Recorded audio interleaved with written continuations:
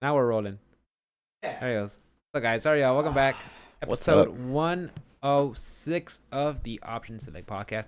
The kids call it OSP, so that's what we're going to call it now. The kids call it? Yeah, that's what we call Okay. it. So we call it OSP episode 106. You guys know what you're listening to. It's Mm. just me and Ruben hanging out on the weekend on Friday night, talking about video games and whatnot, and just sharing it with you guys.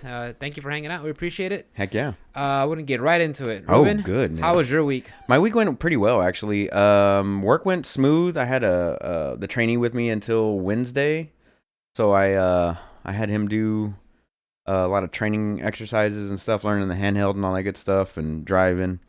And then Thursday they pulled him off my route to go help out somebody who was on light duty. Uh-huh. So he did that, and today he had also gotten pulled off of the route as well, so I couldn't train him yesterday or today, which is fine. I mean, I got off at 11:30. It wasn't like a big deal or It's nothing. usual, right? Fridays? Friday, yeah. So, yeah, the kid loves to work. He's a good worker, and I'm glad that he's with us now and all that good stuff because we need him. We lost a guy Thursday, which is why he got pulled off my route. Uh-huh. So one of the newer guys, he quit, and then he had to, fill in on his spot. Just straight up quit or what? Yep, just no called, no showed, basically. Serious? Yep, like God a damn, like a true man, who I think that's the problem handles with business. now, dude. It's like no one's held accountable for their shit. You know, I think people like me.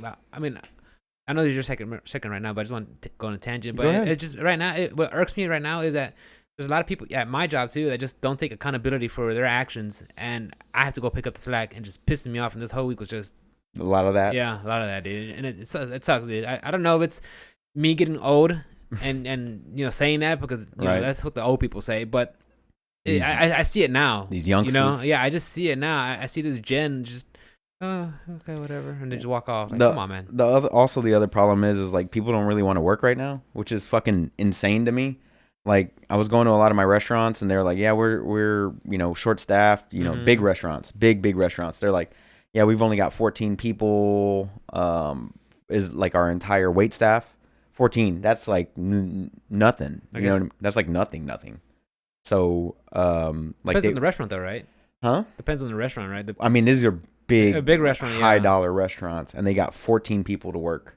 That means they're doing doubles on Friday, they're doing doubles on Saturday and Sunday, just because they don't have the amount of people. And like, all kinds of crazy stuff happened this week, dude. Like here, seeing a bunch of like I started noticing the help wanted posters more. Yeah. I started noticing like I had to go to 3 gas stations to fill up. Like legit, like fucking crazy stuff going on this week because of the gas shortage, of the pipeline got hacked or whatever. And so I had to like around my job for whatever reason, all the gas stations were like out of gas. Really? Weird. So I had to fill up like more towards downtown. I guess those are like the more important gas stations to Yeah. get gas. So which is fine, but like around here we're good. But like I thought it was just like up in the Northeast. for whatever reason, like people are hoarding gas, and like that news traveled down here, and like people started hoarding gas as well. Panic buying and shit. Like panic buying, yeah. Like So toilet paper. exactly like that. I was like, where are you gonna go anyway? So To work. obviously not, because everybody's got help wanted signs up, dude. Even we had our maintenance guys putting up a help wanted sign out on our gate because we're short staffed. I think right now, I saw there's a bill that the Governor Abbott signed that gonna cut off federal relief for unemployment. They need to. Yeah, They I kinda think need people are to. realizing, oh wait, I get $300 a week for unemployment No, it's 7. No, or whatever it is. I know some insane number. 4 and another 4, so it's about $800. It's about $800 right now. Yeah, some It's people are like insane. Some people are like, yeah, I'll just not work. I'm like, what? Yeah, What? like, What? I'm Yeah. busting my ass, making ends meet. trying to anyway. Yeah. Yeah, it's pretty crazy, man. Like just seeing all the signs out there and all that stuff, it would just threw me for a loop. But like work went pretty smooth. I got mostly loaded today. I'm gonna probably still stop by Sunday just to top it off, just to get everything. Because the one thing that's like really important to my route on Monday is these microfiber towels, Mm-hmm. and I'm supposed to take like 2,000 of them, and I've got like 150. So I definitely need to go up there. Like they were working on them before I left, but I just didn't want to sit around and wait on it, you know. Yeah. So I was like, they'll have a whole fucking tub full, and then I'll just grab them on Hopefully. Sunday. There's a F1 race this weekend that I want to watch on Sunday morning at around 8 a.m. It's in Monaco. It's the biggest, most popular race of F1. And like if you're like an F1 fan, like that's like the Super Bowl, but it isn't You know what I mean? Like that's the one game you watch. Like if you don't watch anything else, Where's like, Team Honda in they're number 2 right now. Are they? Mercedes is number 1. Yeah. So Fucking Team Mercedes. Honda, which is their final year. Does Porsche have a team? Porsche? No. They don't have a team. No, they do not have a team right now.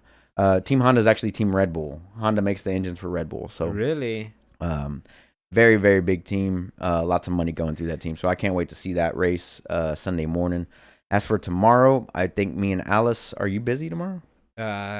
You working during on the the day, house? during the day, Dad's coming over. We're gonna patch up some of the drywall. Well, me and Alice want to go see the Bodyworks exhibit at the Natural Museum of History and Science or whatever. So there's actually 2 of them. It's one of them's Bodyworks, and the other one is natural causes, like death by natural causes or something. So we're gonna check both of those out. Have a good little. Yeah, I think I remember seeing one where like this guy died of lung cancer. Like holy showed, like, shit! the lungs and shit, Yeah, yeah. that was another reason why I quit smoking. I was like, yeah, I saw somebody walking around with a hole in the throat. Oh, the tracheotomy? I was like, yeah, bro, I don't want to do that. Nope, So, definitely not. yeah, so to me that's like, yeah, Rick, I need to quit smoking now. For sure. Yeah. But yeah, we want to check those out tomorrow. So we'll probably be gone for a few hours. Good. But like other than that, the weekend is pretty much open, other than the museum and the race and whatnot. A little wet too, huh? It's been a little wet this week. Oh, sweet. I call this fucking episode the wash. The wash, bro. Washout. The washout. As far as this week goes, gaming wise, I did a lot of Destiny 2 because every week they release new weekly challenges for the season pass. I honestly thought you were playing Naruto Shippuden Destiny 2. I was like, what? He's playing that one? I didn't know he liked arena fighters. I'm like, oh wait. Yeah, man. The new raid launches tomorrow. Unfortunately, me and Alice are going to the museum, so I won't be a part of that world's first tomorrow. But it's all good. I'm not really too worried about it. I'd like to do it, but it'll probably wait until the evening time once the boys already clear it up. You know what I mean? Like it isn't gonna be like oh, I gotta do it first. You'll be fine. I'll be fine. You're good. Spending quality time with your lady. Oh yeah, for sure. As well, I did some Resident Evil 7. Did you? A little bit. Like, how far did you get? Like 2 hours more. So I had got past where they got to like reattach my hand and all that other stuff. So I'm still towards the beginning, but I'm kind of piecing it in there. I'm contemplating whether or not to get Mass Effect Legendary Edition, but I haven't really decided on that one just yet either. I'm definitely gonna get it. It's just when. Yeah. I mean, like I'm gonna buy a digital copy, so they're not gonna run out. I don't know where to get it.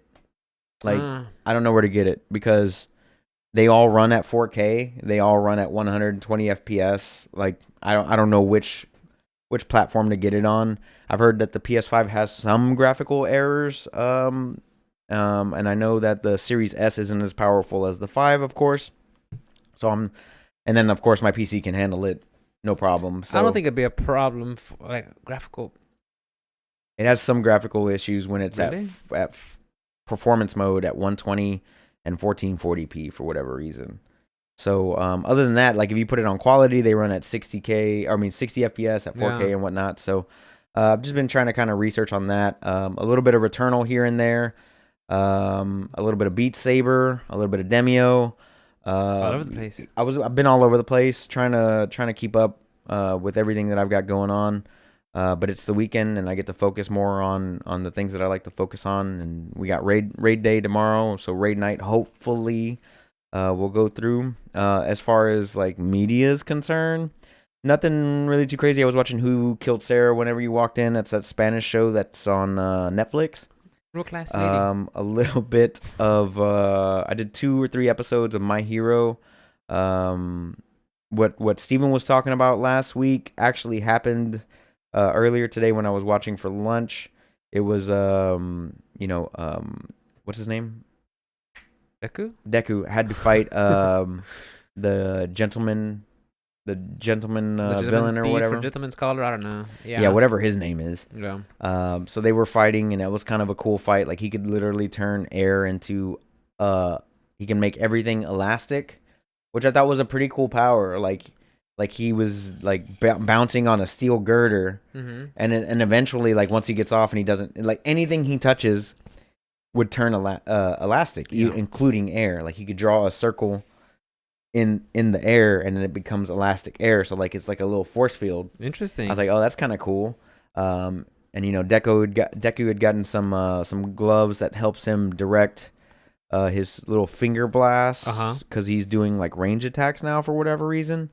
I'm pretty sure that'll come into play later on in the season. I guess to balance him out because he's really strong. He's a brawler. So his melee is, going toe to toe is really good, but now he has to work on his own game. But you're right. You're right. Some of the episodes are good, and then some of them are kind of lackluster. This one where he's fighting the gentleman is actually pretty good. Like he's trying to figure out how to beat this guy, and then his little partner or whatever has a power called love. That's her quirk, is love. Like she legitimately loves him, the gentleman or whatever. So whenever she says "I love you," and she says their name, they become like infatuated? they get like Kaioken times 10. Like they become like super duper strong, and their powers get increased. It's the power of love, basically. And it was like, oh, that's kind of interesting little quirk. Like because they have so many different heroes that they have to come up with.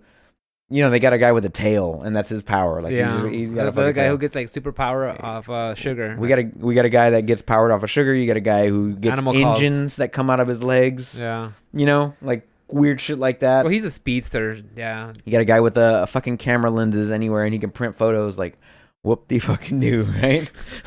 must have ran ideas right there. You got an invisible person, like one invisible person out of the whole population. All the population, there's one invisible person. I do like the concept that they have going on right now is like the more and more generations that have superpowers end up stronger than the previous generation. So the that's like the whole concept going on right now. Like the younger kids are getting more and more powerful. Yeah, because isn't that what happened with Shoro Todoroki? Is that he was basically made because his dad Never is a fire handler, and his mom was ice, and that's the reason that he was made, because I think his father's like, I'm gonna make a son with you because you have cold power, and right? That's why that's how Tokido got his power, I think. No, it's not just that, but it's also like the powers are evolving, and they fear that what they were fearing is that this generation is stronger than Deku's generation. Like one. I'm talking about like kindergartners are as strong as Deku and all of them, right? What they're saying is the next generation after them is going to be like the end all be all. Like they might be so strong they could destroy the earth before they hit puberty, like by accident. Yeah, like that's what they're getting at. So I'm just kind of like, okay, I want to see where they go with this. But like I said, some episodes are good. Some of them are they're kind of like hit or miss. I have yet to go back. It's all right. I mean, I don't recommend it for everybody. Like this season definitely isn't where it's at until like what Steven said was the end or whatever. So it isn't like this huge deal. But anyway, did a little bit of that. Of course, the whole Friends or How I Met Your Mother or whatever while I'm going to bed. Nothing too crazy. I didn't really watch any movies, but me and Alice want to catch MODOK on Hulu, which just came out today. It has like Patton Oswalt as the voice of MODOK, and it's like a claymation. Like MODOK, yeah. It's a little claymation like a little thing. Still kind of, yeah. Stop. Calm down, little girl. But yeah, so like we want to check that out. I think Army of the Dead or something like that by Zack Snyder came out today. The one Bautista in there? Yeah, that was the one that was supposed to have Crystalia until he got Me Too'd. That's the one. They kept previewing it in the last UFC. Right. Yeah. What's your thoughts on the last UFC? What'd you think about it? Oh, the UFC was great, man. Me and Steven had a good time. I was happy that Oliveira won because Steven was going for Chandler. I was sad that Tony Ferguson lost, of course. That guy's tough as nails. But he did a heel hook. He took it. He did get outclassed by Beneil Dariush, and I'm excited to see what Beneil can do with Chandler or whoever, because I think that he'll move up to Chandler because Chandler needs to prove himself. Like he came from Bellator. You lost your second fight. You got a title fight your second fight for whatever the fuck reason. And now, so it's MMA math. Handedly. It's MMA math where they need someone to fight this person who's hot, who's upcoming, who needs to prove this against that person. Exactly. It's that I don't even think there's a formula. I think it's just whatever looks good for the spur of the moment. I wish they would go back to the ranking system. Like besides whoever ranks the fighters, I wish they would go back to like, the champion fights number 1. If you've already beat number 1, then go to number 2 and so on and so forth. Yeah, at this point, I look at rankings. They're just numbers that are just there. Pretty much. I just look at them like, okay. Pretty much. I mean, 14 Conor versus McGregor. 3. I'm like, huh? Okay. Conor McGregor's got more retirement announcements than he does title defenses. So, yeah. But the way Chandler handled that loss though, like a true gentleman, just talked about. He's like, look, okay, he got me. I'm not taking anything away from him, but I'm gonna come back and we're gonna take it, like run it back. I'm like, dude, that's awesome. Like he's not like, oh yeah, dude, you just sucked or whatever, fuck him, and what, pissed off. He handled it right. I understand that. He was also talking a lot of shit coming into the UFC, and I'm glad that kind of, he got humbled a little bit. I'm kind of glad that happened to him. But also, now you need to do what everybody else has to do, is work their way back up. You're not just going to get another fucking title shot just because you're Michael Chandler. Yeah. You know what I mean? Like, you got to work your way back up. You got to earn it. Like, you earned it the first time because you were the champion at Bellator. We get it. But now you got taken out by the number 1 or number 2 guy at the time.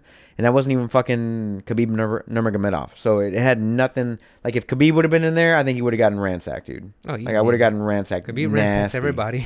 So, like, I don't think he deserves another shot until he works on himself a little bit more. Just, my opinion. Yeah. I think he's a great fighter. I won't take anything away from him at all on that aspect of it. But, the UFC is a different beast altogether. So, I still have a bruise on my right side, on the back side, from last Tuesday. Still there, and it's darker now. Awesome stuff. I didn't tell this story on the podcast last week, but on Tuesday last week, I'd gotten a cramp so hard that it busted, like it made a bruise on my ass cheek. So I had to take it easy. Hey, don't peg me, bro. I didn't peg you for that kind of guy. Don't peg me, bro. So I've had a bruise on my, like, first it was like a little faded blue, blue, purple or whatever, but now it's like fucking huge and like brown, like this big bruise on my ass, dude. It hurt for the first couple days. Now? No, I'm good now. But it's just a big bruise. Hernia pillow or something? Man. I don't need the donut. The donut. But yeah, man. Other than that was my week, dude. Nothing crazy, dude. Nothing spectacular. Nothing. So would you play Resident Evil on the PlayStation 5? On PC on Game Pass, because it's on Game Pass. Ooh, Resident Evil 7, and I also own a copy on Steam because I bought one for like $5. So I mean, I was like, I'll play it on Game Pass because I'm paying for Game Pass. How was the transition from going from third person to first person? I didn't mind at all, dude. No? Like, I don't mind it at all. I think it's pretty cool. I wish I could play it in VR so I could experience it a little bit. But I've noticed that I enjoy the VR games that don't require like walking and looking at the same time, just because I haven't built that muscle up yet. So like games like Demio or Beat Saber, or like anything that doesn't require you to like physically turn your body, because that's where I start getting like motion sickness. I start getting the motion sickness hard, and I don't get motion sickness anywhere. Like I don't get car sickness unless I'm like looking down and reading for whatever reason. Like if I'm looking down and reading my phone, I'll get car sickness. I don't get motion sickness on planes or roller coasters or anything like that. It's just for whatever reason, whenever I'm in a first person game, like, and I gotta turn my head and like turn around. I think it's just a lot of stimulation. And I'm just like, fuck. And your vestibular senses. I haven't even overloaded. I haven't even touched Half-Life Alyx, because like legitimately I was trying to stream it last time, and then I had to take my headset off and put it down. While I was streaming, I'm like rolling on the ground, like trying to catch my balance and my inertia and all that stuff. My equilibrium got thrown off. Dude, I was laying on the ground. I was like, oh fuck. Like, I didn't even drink. I didn't even drink anything. It's on stream, dude, and I'm just like, oh my god, this is so bad. Fine. Oh, this is so bad. So, but yeah, man, that was my week. No workouts because I just didn't have time, and like I couldn't really stream too much because of the rain and the power outages around here. They're fucking stupid. Like Tuesday, power outages left and right. Wednesday, in the middle of the night. Thursday in the middle of the night again because it'd been raining and thunderstorming and all that stuff. Today's like the first day I could have. And we're doing this, but it also started raining pretty hard, I think, before you got. It started coming down off Atascocita. Atascocita. That's how Siri says it. But nothing. Hey Siri. Everybody just got triggered. But yeah, man, how was your week? Tell me about work. Work was shit, straight up. Okay. Hands down, it sucked. It was wet all week. I still don't have my truck back. Load was garbage. Yeah, I had a diesel for the longest, dude. Wow. And that thing is just so loud. I had to start wearing earplugs. That's how it is. Like, and everything's muffled. So, like, I'm trying to talk to customers. I got to pull my ear. Like, Yeah, okay, whatever, and then put it back in, and then like I turn on the truck, I'm like, oh shit, I forgot to put my earplugs back in. I mean, it was just so It's that loud? freaking loud, dude. Oh I man, mean, that's crazy. it sucks. But work's done. Whatever. I played a lot of Resident Evil 8. I streamed Right. it Monday, Tuesday, and Thursday. Okay. I'm literally right at the. If I had to guess, if I was a betting man, and I'm not, but right now I am because I can. Is I'm at the final entrance for the last boss. Okay. The entrance for the last boss. That's where I'm at right now at the gate, because literally, you look at the gates, you're like, oh shit, okay, it's about to go down, and there's literally just like a save point and like like a little area we could like go through your inventory. Okay. That's all that's there. I'm like, Yeah, okay, that sounds like a boss room. yeah, it sounds like the fucking boss fight's about to happen. And so not really spoilers, guys, but to me so far, like, just my quick and dirty review of the game so far is just that, like, the pacing is really good of the game. I like it. Okay. It starts off really strong. It opens up, and then it gets to this last part, and I just felt like this last biome, this last area was just a little too long. Okay. Why does it feel too long though? I don't know. I guess because compared to the other areas that you were in, they were anywhere between like an hour and a half. This one took me like 2 sessions to get through it, and each of my sessions were like around an hour and a half. So it was like Right. it was like 3 hours of just like me going around, and part of it was I was like a lot of it I was just like chit chatting with hanging out with chat, so I wasn't really focusing what I was doing, and it got to a part where it becomes almost maze like fuck. So you gotta kind of pay and attention. there's a lot of levels, and it's very maze-like. And then when you get to one part, there's electricity. Then once you unlock that part, the electricity is out. So now you're in darkness, and you're just using your flashlight. Oh, awesome. Yeah. So I mean, to me, that part, my first playthrough. So this is still kind of just my rough draft of the game, is just that last biome was just a little too long. But after I got past that, after I finished that boss fight, you get some of the story, because Resident Evil so far, what I've noticed from going back into 7 and 8 is like they give you like these little breadcrumbs of what's going on, and then near the end, like boom info lore. They give you like, oh, like holy shit. And then like some of the info and the lore that you get from Resident Evil 8, I'm like, it all makes sense now. It all comes back. I'm like, holy shit. And it was really good, and I really enjoyed how they did that part. Right. So I'm at the last boss. I'm going to try to stream it either this weekend, Saturday or Sunday, and wrap it up. Good. Because like I want to go back to Demon Souls, but hands down, Demon Souls was a really good game. And right now, it's my category for GOATY of 2021. But not that I've played too many. Yeah. Okay. But not that I played too many 2020. I mean, you played Demon Souls? That came out last year, though, right? Well, I guess technically it's November. But I mean, we're still early in the year. We're like, we could carry it over. Second quarter? We could carry it over. Yeah, we're since I haven't played Returnal yet. What else is coming out this year? I don't think that would be considered game of the year, but it's definitely a fun game to just pick up and play every once in a while. Yeah, you do 1 or 2 runs, because one run could last like an hour and a half, 2 hours. Like one run, because there's no save points. I know, which is why I've kind of like. I heard some people talk about it, because like they say when you play Hades, like in between biomes, you could like, okay, I'm gonna stop right here, and you could come back to the game, and you'll be like, when you're going from Tartarus to Asphodel, right, or from Asphodel to Elysium, you could take a break. Take a break. So it still takes like 10 minutes to go through a biome if you're quick. Yeah. But if you're doing everything, it would like 15 minutes maybe. If you're listening to all the dialogue. But in Returnal, do you get that? Do you get like a break in between? No. Yeah, you see, so it's like once you're in, you are in. Which is why I put so little time into it. I enjoy the game. I enjoy playing it. I love the gunplay.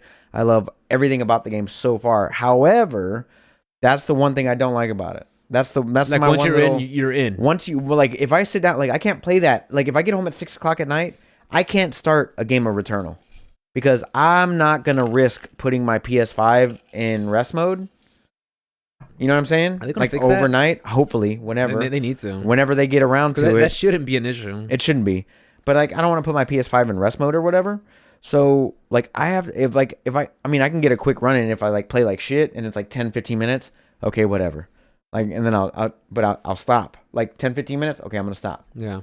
Because if I start another one and I actually make it to the second or third biome, it's 10:45. I'm playing until like 11 o'clock at night. And like I don't have that kind of time. Like so really I reserve that game for like weekends or like days I get off super early. When you got time. When I actually got time to invest into the game. Yeah. And that is a problem because not everybody has that amount of time in a row to get into that game. And I hope that they fix that. I hope that they add some sort of Like little checkpoints, maybe. like not even that, but like not even checkpoints. Just like you get 3 saves for your entire run. Yeah. Where we'll put you right here, so you can power down your console or whatever. Like a limited number of saves per run. But once you hit that number, like that's it. So like if you're 4 hours into your run or 5 hours into your run and it's your last save and you start it up and you boot it up, then that's on you. Yeah. Like you gotta see it through to the end. But chances are more likely than not, like the end of your run is always the quicker part. Because, I mean, like, man, people die in the harder. Yeah. As you progress in a roguelike, it always gets harder and harder. Like the silver, like kind of the what kind of helped you out. Like once you defeat a boss, you could choose not to fight that boss. Correct. But then you lose out on power ups. You lose out on mats. You lose out on all that. I choose to fight the boss every time because to get the resources. I've been conditioned inside of like enter the gungeon or exit the gungeon or any other roguelike bullet hell game that I've ever played. I like fighting the bosses. I like learning the patterns and getting in there and having a good time with those bosses, and also like the big upgrades that come from defeating them. So, but yeah, like it's a fun game, but you have to devote some fucking time to it, and that's the problem. I love the game. It's just the time constraints. So yeah, I still gotta play that one for a possible contender for my 2021 because right now it's only Resident Evil 8. Will Mass Effect Legendary Edition be considered? I mean, it's new. It's new. I mean, yeah, it's a new game. I don't know. It's always. I guess it's between us, you and me. Yeah, I mean, it doesn't really. You know, I mean, fucking Last of Us put out a PS5 patch. I'm gonna go back and play that eventually. Oh yeah, they upgraded to 60, right? FPS or 60 and 4K. Yeah. I was like, that might be that. I Give it mean, a shot. shit, that might be a contender for me. Shit, Ghost of Tsushima's got the same thing. They're so much better with the 60 FPS. Yeah. So Resident Evil 8, I'm enjoying it. I'm getting to the point where I'm like, okay, I think I'm almost done. So I gotta go back to Demon Souls, and then hopefully once I get Demon Souls wrapped up, it'll be like around the corner for Final Fantasy 7 Intrigrad and Guilty Gear. Right? Yeah, Guilty Gear. June's gonna be a busy month. I know. It's gonna be busy. Wait. I can't wait. And I played the demo last Saturday. We played till like almost 1 a.m. Nice. It was just back and forth. I mean, I was getting bodied, like, because this is my first time just picking up the character. Right. First time playing the game, like this version of the game, this iteration of the game. So I mean, like, I was going through fresh. Okay, what mechanics do? What do the buttons do? How do they work? Right. What are the move list? Okay, and then Kevin, who already had some experience, he already piloted the game. He's like, okay. So I was getting my ass handed to me, but in the end, like, I was like, okay, I'm catching on. I'm getting some wins. He still had like a shit ton of wins. I think he had like 8 wins. And I had like 4. Okay. Or he had like 12 wins. Or he had 12 wins. I had 4. I don't know. It was very lopsided, but it got to the point where like I'm pretty sure he'll tell us. the rounds were getting closer. The matches were getting better. It wasn't just always one sided. Who was your tune? I was hanging out with Kai Kiska. He was basically the Shotokan. Ken. Yeah, he's one of the Shotokans. He's like the basic. He has the regular moves and everything. Like all the other characters have. And who was Kevin's go to? He was using Potemkin, the grappler. Oh, okay, the big guy. Yeah, and he has some deceptive reach and speed for being a big guy. Right. The drawback is he doesn't have any dashes, so you can't forward, dash or not. He doesn't do that. He just has a really slow walk speed. But some of his normals, he just I saw his jabs and stuff. Yeah. He was pretty far. He could really and he could really put you in a stagger animation. I was like, and he's got armor on some things. On some moves, he has some armor. Yeah, I was like, fuck. So I mean, it's fun matchup, and I can't wait. I want to get back in there. And it never at one point was like, fuck, okay, I'm done. No, I just, okay, rematch. Well, you wanting to learn something new. That's the main thing. Yeah, like rematch. He's like, okay, and I just like that. So I had fun playing that. I enjoyed it. Unfortunately, though, like I was going to play it again Sunday, but then I logged in and like, beta's over. I'm like, oh, what? Was it on Japanese time? I guess so. It might have been on Japanese I think so, because I was like, yeah, because I remember Johnny, he messaged me. He's like, Guilty Gear starts. It was like Thursday night. He's like, Guilty Gear comes at 10 o'clock. I'm like, yeah, because it was Friday. What the fuck? I was like, oh yeah, they're time traveling. Yeah, they're 16, 18 hours ahead. Something like that. Something crazy. So yeah, that might have been on Japanese time for sure. There's a part on Persona 5 where the kids go to Hawaii for their school field trip, and they're like, and the teacher's like, all right, kids, remember, we're going to be time traveling. We're literally going to yesterday because they're going from Japan to Hawaii. Yeah. So they crossed the the international date line. Yeah. I'm like, oh yeah, I never thought about that. There's a time zone that people use. I think it's like GST, where it's like General Standard Time or something like that, where like everybody puts it like, oh, it'll be at 000 GST, or I forget the actual like acronym for it.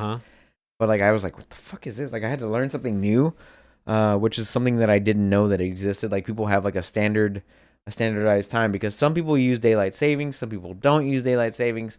Some people are in America, some people are East overseas, Coast, West Coast. some people are, across the world where it's like tomorrow already.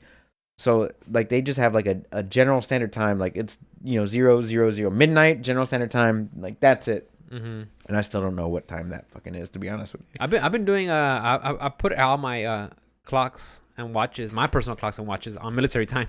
Military? Yeah, that way, like, okay, because that's what we use at work. So it's like 15. Man, my watch is on military time. My phone is on regular 12-hour time.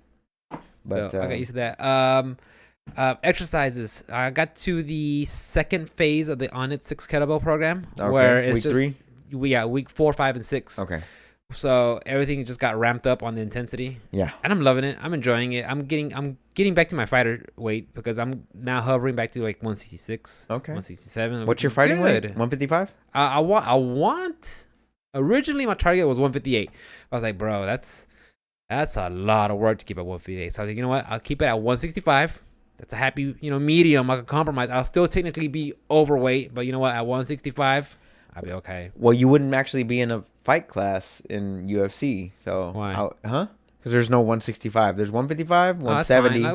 That's the matter. 155. Oh no, I'm just pulling hairs. That's pulling hairs. Because I'm at like 135 bantamweight. To me, when I say fighting weight, is like when you are just optimal for. I got you. I know your athleticism and movability. Why are you crying? Why are you crying? She wants a toy. What are you doing? Give me a toy. Go get mommy. Go. So I've been working on that. I was visiting the On It program, and they had a kettlebell program that they're selling. It was with what's his name? Leha? The guy who's the guy who does all the level 3 variations on weeks 1, 2, and 3. The big guy? The big guy. The the Guam Samoan guy? Yeah. So he has a kettlebell program. It was like $9.99. I was like, you know what? To hell with that guy. He's so swole. I was like, okay, I'll try it out. I mean, I bought it. I haven't tried it out yet, because I was going to do it yesterday, but it was yoga. I was like, you know what? I kind of want to do the kettlebells, but doing yoga is good for me. So finish your program and then get into that one. Yeah, because then you don't want to fuck it all up, and then you got to restart. Yeah, and the way it's landing is every Saturday is the beginning of the week, which is fine, because Friday on the program is just recovery and cool down. So it's like, okay, I could skip Friday, which is fine. So I didn't watch anything at all. Heard that. You don't have to. Shit. I want to watch Castlevania. Yeah, that did come out this week. It came out on the 13th. Last week. Was it last week? Last Thursday. Oh, yeah. Fair enough. I want to see that, but I'm waiting on it. And Mikkel said there's another show I should finish up. I forgot what it's called. I'll think of it later. But that's about it. If I think of anything, I will shoot you an email. Okay. Because we do emails here. I do emails. I get 50 emails a day. Nobody does emails. I get emails a day. What you got this week, Rick? So right out the gate, shit, I saw something that looked really interesting. Okay, remember how when I talked about Mortal Shell being on the radar way back when from Cold Symmetry, I was like, oh, okay, this game looks interesting, looks awesome, and actually panned out pretty good. Right. So there's another game that's on my radar. Okay. It's called Lies of P. Lies of Pi? No, not Life of Pi, which I thought it was at first. I thought it was Life of Pi, but it's not. Lies of P. Lies, like Lies? Like a lie. Okay, let me look this Lies up. of P. Okay, keep so talking. I was looking at it. I was like, what is this? It looks very Bloodborne with very, like, intricate... I hate saying steampunk because I fucking hate steampunk. But very, a lot of cogs and clockwork and steels and stuff like that. I was like... What is this? Like, oh, and it shows an old man just carrying a trunk, like in a Victorian setting. Right, looks very Victorian. And then I read the comments on Reddit, and someone says, "Oh, Pinocchio Bloodborne." I'm like, what? Mm-hmm. And then it all made sense. Lies of Pinocchio, and it's Geppetto walking around. Mr. Geppetto, yeah. Walking around, making Pinocchio into some sort of like. I was like, Okay, so it'll be if it looks like Bloodborne-esque, which I love that backdrop, that setting, that Victorian slash almost cosmic horror, you know, with with that aesthetics with the souls, even if it's a cheap, and I won't say that's a negative, like if it's a cheap knockoff of Bloodborne, yo, I'm in. I mean, I like that game so much that if I get something that compares to it, I'll give it a shot. I'm just reading this. It says special skill system. Did you read this? No, I didn't read shit. It says, with Pinocchio being a doll, you can change parts of his body to gain new skills and hopefully an edge in battle. But not all of the enhancements are for fighting, though. And I was just like, wait, what? It'll probably be like kind of like Sekiro's armor system or the arm. Yeah. His prosthetic.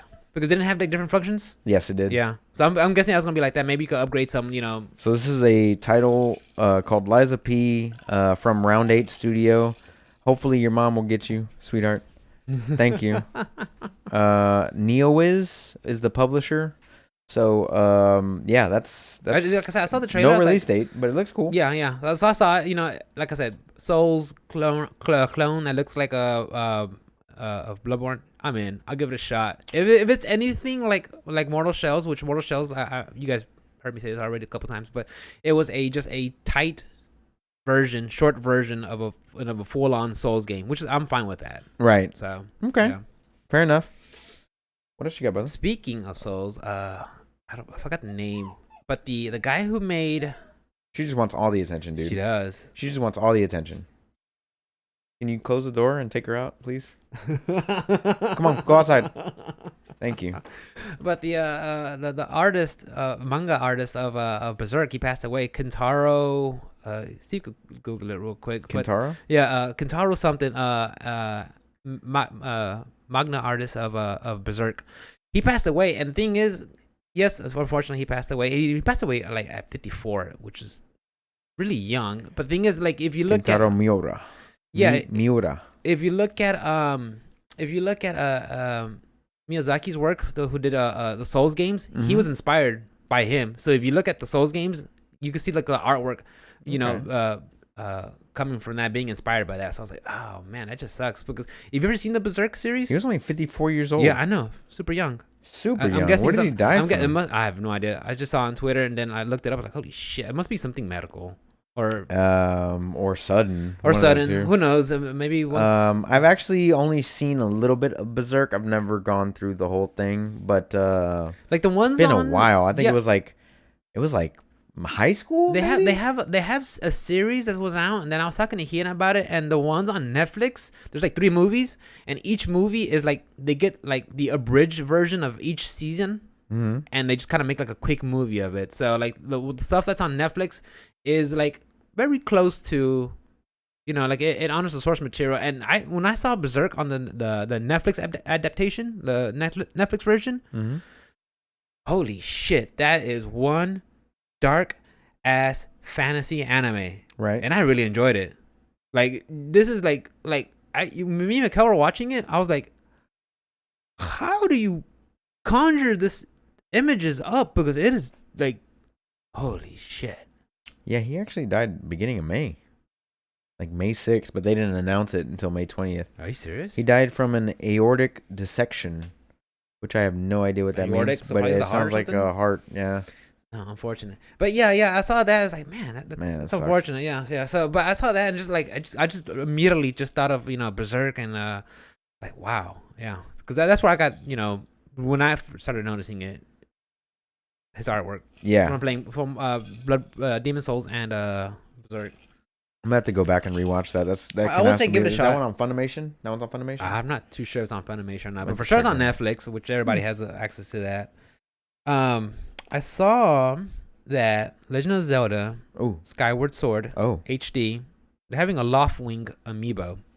So with this amiibo, they allow you to have access to fast travel. You could earn it in game, but it takes you a while to get it, from what I heard, or something like that. Or you could, buy the amiibo and get access to it right away. So it's like, what? Yeah. What? It's Nintendo. Say that one more time. You get access to it right away. If you you can use it. buy The amiibo. So it's like you're getting shortcuts with.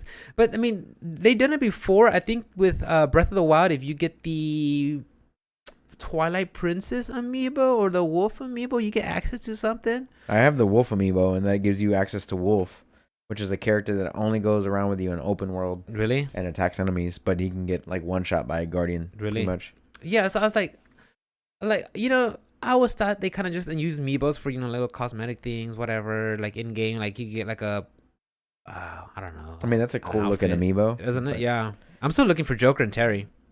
Joker is like $89. I think he's like a Japanese Terry only. Even come out? I think I saw Jerry on I saw Terry on the Amazon list. He was like regular price, a little bit pricier, but he's on there. He came out March 26th. Oh, I'm gonna go ahead and just order got out. That was 2 months ago. Okay, yeah. Like if I'm gonna get amiibos, from season 1, it's Joker and Terry because those were like my favorite characters. I want Terry for sure. They look too awesome. So, but I saw that story and I was like, hiding shit behind amiibos, like that's such a slippery slope. That is such a slippery slope, and you know me, I already hate fucking microtransactions. Now it's not even a physical microtransactions. But it's like, okay, I like amiibos to get a feature in a game. I like amiibos. I don't like buying shit for shortcuts for game. Fair enough. But I do like the amiibo. The amiibos are nice, and you get the added bonus of getting fast travel day one. Yeah, but to me, That's honestly, bullshit, like I'm totally like indifferent. I have no opinion because to me, like I'm not gonna play this game, so I really gives like zero fucks. I'm gonna play it, but I'm gonna play without the amiibo. I just think the idea is like, okay, like I said, like if you want to put like cosmetic stuff or you get like little items like special ingredients or like a nice cool sword or something, whatever, on a single player game, adventure game, cool. But like who says that Nintendo won't be like, oh, you want to get special stuff, like even more special stuff, or super rare items that are going to be limited quantities? Like, can you imagine that? Right. Can you imagine if they do some shit like that with the amiibos, like after they did with the 3D All Stars? Where they have limited physical copies for a limited time. Right. Can you imagine they do that with fucking amiibos? For a limited time, these are available, and they I wouldn't hold it past them. Nope. It is Nintendo. That would fucking suck because some of these amiibos, the price is already up there because they're like they stop making them, or they're just like Japanese imports or whatever. Yeah, some of them are pretty rare. Like especially when we go to cons, and there's like one vendor that has like a shitload of amiibos. I always see pop vendors, but I don't.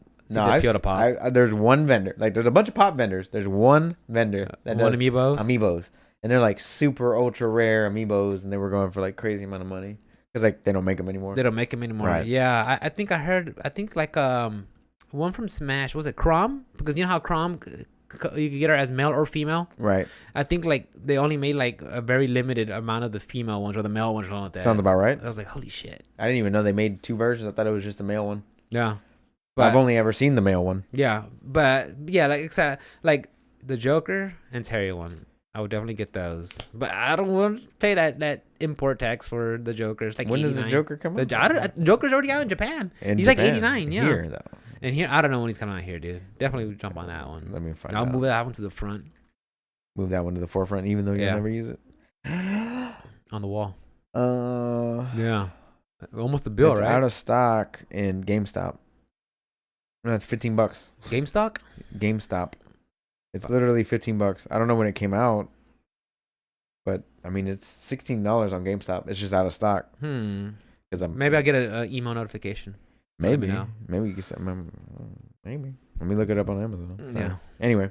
Well, yeah, I saw that. I was like I said, I don't got a dog in the race, but I was like, Jesus Christ, I wouldn't hold it past Nintendo to be like, yeah, this special item can only get from this amiibo, and it's only for a limited time. Yeah, this isn't. It's $90 because it's just they're out. Mm-hmm. I think they stopped making them. I honestly think that. When did it come out? It had to have been early because he was the first character. I think that was like December, dude. He was the first character to come out, and that was in April. Because the first one to come out wasn't technically the season pass, but he was just an extra character. It came out July. Piranha. Last July. That's when this amiibo. That's when the amiibo came out in July. Mm-hmm. Okay, I know he came out on the game itself like in April, and that was 2019. Yeah. Interesting. Yeah. So this one didn't get released until July 16, 2020. So it's been out for almost a year now. Yeah, I go to Best I Buy. didn't even I know see about it. Hero. I was like, Hero, get the fuck out of here. Fuck out of here, Hero. Nobody wants to buy you. I hate silent protagonist. I hate when they do that. I'm like, Hero, Master Chief. well, the thing is, they do that with in Persona 5 with Ren. He's kind of a silent protagonist, like who just like have 2 dialogue options when he answers things. But I'm like, God damn it, make him talk. Silent protagonist. Grand Theft Auto 3. And... Well, definitely. When I was playing Dragon Quest, I'm like, I want to say something, but nothing. Nope, never say it. You don't get a single fucking word in. Ever. Yeah, I was like, he doesn't say anything. He just I'm pretty sure they got away from that, like most of the time. I think I heard they're gonna announce another Dragon Quest game soon. Dragon Quest? Yeah, because like 11's been out for a while 12? now. Yeah, because 11's been out for a while now. It's actually been out since like 2 years ago. August. 3 years ago. Almost 2 or 3 years now. Yeah, it's been a while. It's been out on so many things. But also like Dragon Quest Builders 2, like spin-offs and stuff like that. Yeah, like that one's on Game Pass right now too. Dragon Quest. That's basically Builders, Minecraft Dragon Quest, right? but with like actual questing. Yeah. Slimes and everything. Yeah. I saw I actually got excited for this one. King of Fighters 15. They have Ralph Jones and Clark Still. Okay. So, oh shit! You actually did it shatter expectations? Yes, though? it did. Okay. Because actually, when they started the match, they started their intro. Okay. It's SNK Neo Geo, and they started off like the stage. It shows like it's like on a beach with these little tanks. I was like, wait a minute. These are the same tanks from Metal Slug X. I was like, holy shit. The whole nod to it, like looking at that, like that was awesome. I liked it. And these two guys, they're basically like grapplers, dude. Big boys, massive. They're just hunks of meat, just grappling and like, okay, I would try these guys out. These look awesome. Like I think them two, Ralph and Clark and Leona, which came out, her reveal was 2 weeks ago or the week 2 before? or 3 weeks ago. Yeah, they're Team Ikari. So I was like, okay, they're a bunch of like paramilitary like mercs. I'm like, nice. Okay, I'm gonna try them out. I mean, of course, you can mix match your team. You could pick characters, whatever. But they have names for set teams. Right. So I was like, okay, I don't know. Like I was kind of like waning on King of Fighters, but seeing these guys, I'm like, all right, I might come back. Okay. Okay. So like it's on my radar. You might dip a toe in. Yeah, it's still hanging on my radar. Still hanging on my radar. Yeah. You might just kind of put a little toe in that water, bro. I forgot to mention What's too up? that after the beta of Guilty Gear, your Arc System they tweeted out like, hey, there's a survey. You know, it's like a questionnaire. Right. Everything, how do you feel about it? Whatever. And I filled it out. You know, and I liked it. And I tweeted out that everybody who played the game should fill that out because I think that's a good chance to get heard. Right. And let the developers know what you want in the game. Because a lot of times after the beta was out, and I think it's totally fine if you feel this way, but I heard a lot of people say, well, I'm not too crazy about the game. I don't like the changes they made. Well, why not? That's fine. And that's fine. But tell them why, though. Exactly. That's the thing is, like, if you just want to go to Twitter and just air out all your stuff, that's probably going to be the extent of what's going to be done about it. You're just going to hear it on Twitter. That's it. But if you actually took the time to go through the survey and fill out the question, and I like the survey because they say, how many games do you roughly buy a year? How old are you? What gender are you? How often do you play fighting games? How many hours do you play fighting games? What other fighting games do you like? What are some of the features that you like from the game? What are features you did not like from this game? And what would you like to see in this game and stuff like that?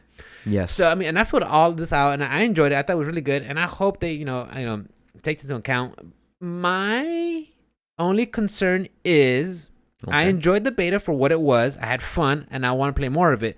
I hope that they don't get too much... I hope they don't get too ambitious with what they want to change and cause another delay. Okay. I'm hoping that they take everything into account and maybe make some minor changes because with the game coming out, hopefully on track, by the 11th of next month, there's probably not too much of a major component that you could change to the game. You could maybe adjust some damage, maybe adjust some hit boxes or hurt boxes, but as to like completely revamp and change everything, like I doubt you can do that for a developer this close to release date. It should already be gold and printed at this point. It should already be printing. It could be. I don't know. I'm sure they're probably in crunch because a lot of video games, that's what they do. The last month, it's always crunch. I'm looking through all the news for Guilty Gear Strive right now, and I don't see I haven't heard anything saying that they are gold. Gold or And I do remember. I mean, I don't follow every fighting game, but I do remember when Mortal Kombat 11 was was about to be released. Ed Boon tweeted out, "Mortal Kombat 11 has gone gold." So Right. I mean, I know they do that. Not everybody, but I've had seen it before where some fighting game, developers and publishers say, "Hey, this game is gold. Get ready for it." I haven't heard it from Arc Sys yet. So I'm hopefully we're like 3 weeks away. literally 3 weeks away. It's coming out the 11th. So yeah, it's right around the corner. So 3 weeks like I said, if they change, maybe tone down some of the damage, okay. Tone down some of the tension gain, okay, sure. Tone down or increase some things, okay. Minor things, sure.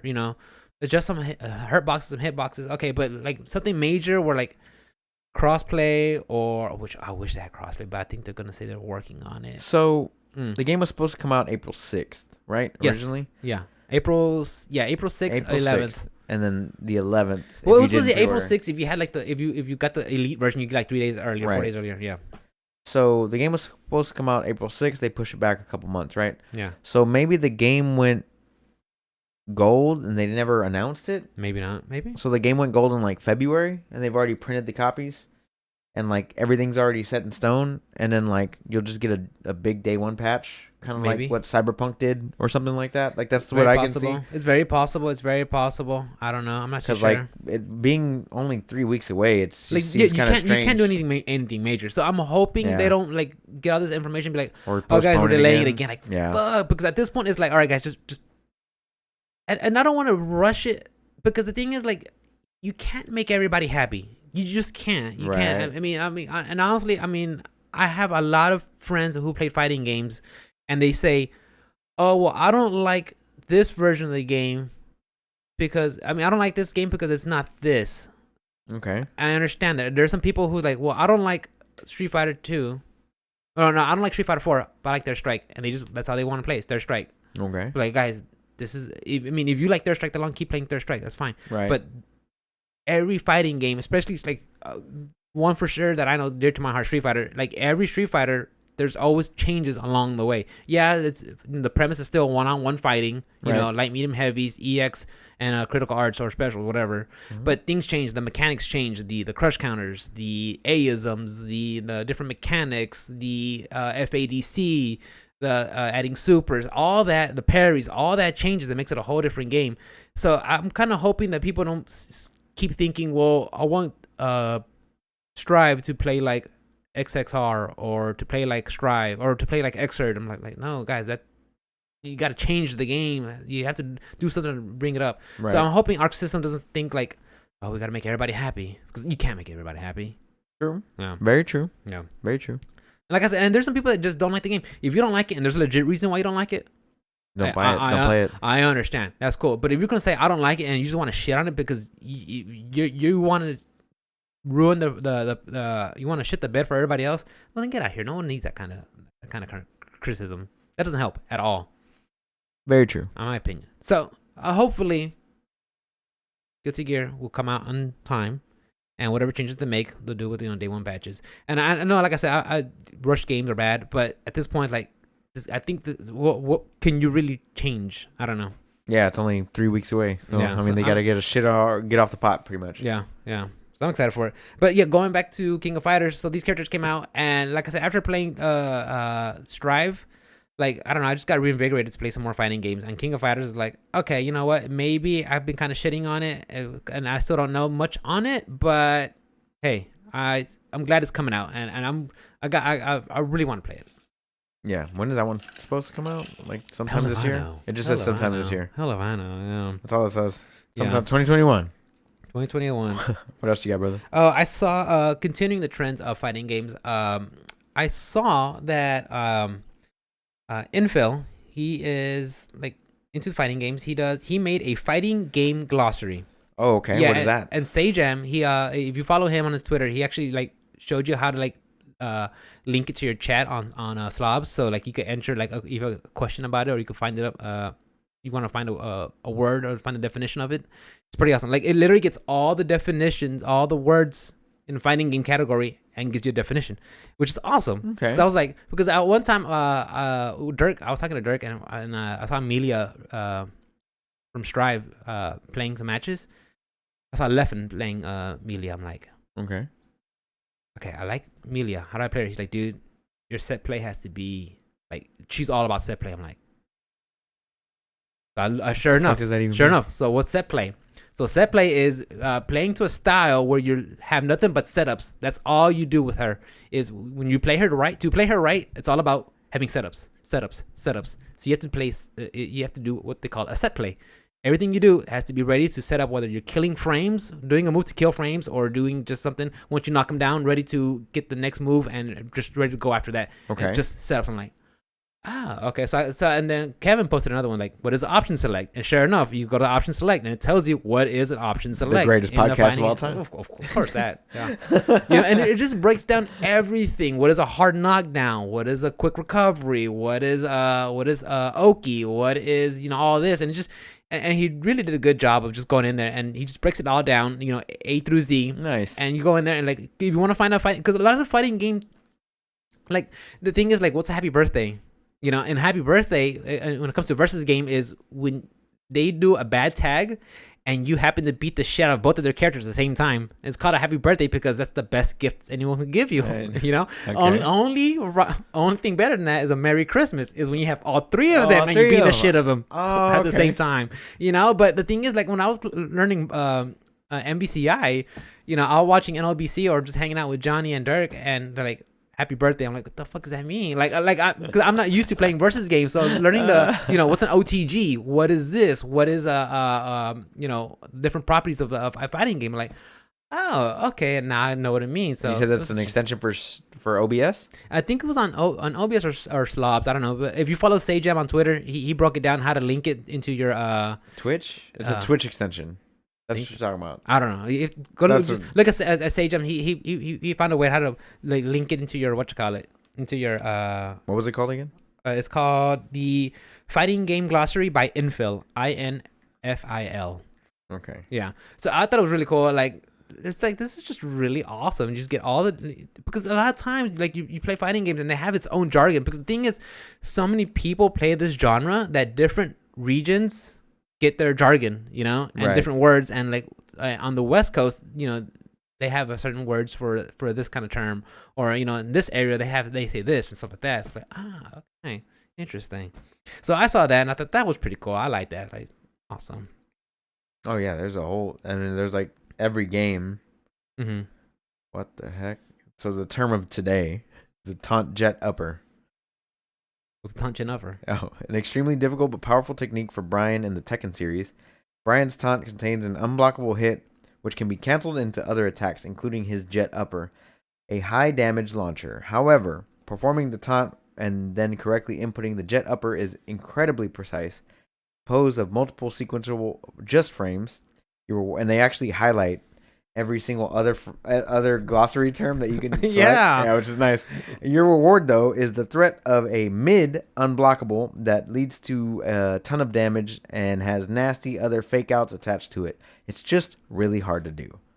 Yeah, I think there's another term. I think it's called like a magic 4, and I was like, "What the fuck?" I like does that. mean? Yeah, like it's like for. That's cool. Yeah, it just covers. I thought that was neat. It was real awesome because a lot of times you hear stuff like, "What the fuck." Yeah. What the fuck does that mean? Yeah, I mean, me personally, like, if you tell me, hey, Rick, you need to do a Kara cancel, I'm like, what the fuck's a Kara cancel? I don't know what the fuck a Kara cancel. It has to do something with throw or something like that. I think you're trying to bait out a throw or something. I'm not too sure. That's pretty cool. Like, I'm gonna bookmark that one though. Yeah, like, I don't have all the definition for every fighting games, and every fighting game. Well, not every fighting game. There's, what is this? Injustice. Eunice, I guess. I love Eunice. Soul Calibur, Mortal Kombat, Dragon Ball Fighters, Skullgirls, BlazBlue, Central Fiction, Marvel, Capcom, Guilty Gear, Killer Instinct, Tekken, SNK, SSB, Zero to Death. I love that one. That's my favorite one. Anyway, what else? COD combos. And last thing I want to talk about real quick is Jeff Keighley. He tweeted out that Summer Game Fest for sure Thursday, June 10th. That's when it starts off. So. Right. It's going to be an online experience, and now that we got a date, I'm looking forward to it. That'll be right near the tail end of my vacation, so it'll be like That launches with the same day as Final Fantasy Intergrad, right before Guilty Gear. So Nice. that week it's gonna be huge. We're gonna have a lot of Humongous. information. That's gonna be a two-parter. Also about Summer Games Fest, ¿Qué pasó? Devolver Digital put out a tweet that they're gonna have E3 presents? they're gonna do for Summer Games Fest. Ooh, They're gonna reveal 4 new games can't wait. with updates on Phantom Abyss, which I think I just saw a trailer on today, Death's Door, and Shadow Warrior 3. Which one's Death's Door? That sounds familiar. Let me look that one up. Actually, because I'm more excited for Shadow Warrior 3, to be honest with you. Shadow Warrior 1 and 2 are just all around great games. Is that the one where it's like very this- loot based, like you're fucking samurai basically, you're like shooting and stuff though too. did you see the one where it's it looks like Ninja Gaiden? I think it's called Cyber Ninja. I think it literally looks like Ninja Gaiden from Nintendo. It's like side scrolling, pixelated. Like holy shit! Like that sounds fucking awesome. Side scrolling Ninja Gate? Yeah, I think it's from Devolver Digital. I could be wrong, guys. This one is Death's Door from Devolver Digital. It looks Like isometric view. it's No? an action adventure action RPG 3D platformer. Really? Which is It looks pretty. weird, but the art style is very pretty. Death's Door. It's on Steam. How much is it? Not- $15, $20? Not on sale yet. Okay. Oops, But they haven't announced it yet because it's all coming from the Okay. summer game thing. So yeah, I'm kind of excited to see that. You said June 10th, right? yes. So I'm excited to see all that stuff. Devolver's just a great freaking developer, just in general, or publisher actually, not Both. developer, both maybe. Yeah. So yeah. Like every time I hear the name, I'm like, I'm curious. I want to know what's on there. I'll look. I'll definitely look. I'll see what they're putting out. Yeah, I'll definitely look. Speaking of which, smaller companies, Supergiant Games, Mikkel's been playing the shit out of Hades. Yes, she has. She's literally Every like, time we're at your house, she's playing Hades. she's playing like she literally the only thing she's missing like a handful of achievements. She got Orpheus and Eurydice together. What's her she highest got- heat level though? I have no idea. I think it's peanuts. I think like 5 or 8. Oh, okay. No, she okay. But she's For doing sure, good. for sure, it's not 8 because she doesn't have any Skelly statues unlocked yet. Okay. Because those are what 8, 16, and 32. Right. Yeah, so she doesn't have any of those locked. So it's not 8 for sure, not 8. For- But okay. but she has like Orpheus and Eurydice together. I think she's working on Patroclus and Achilles, and I think she freed Sisyphus.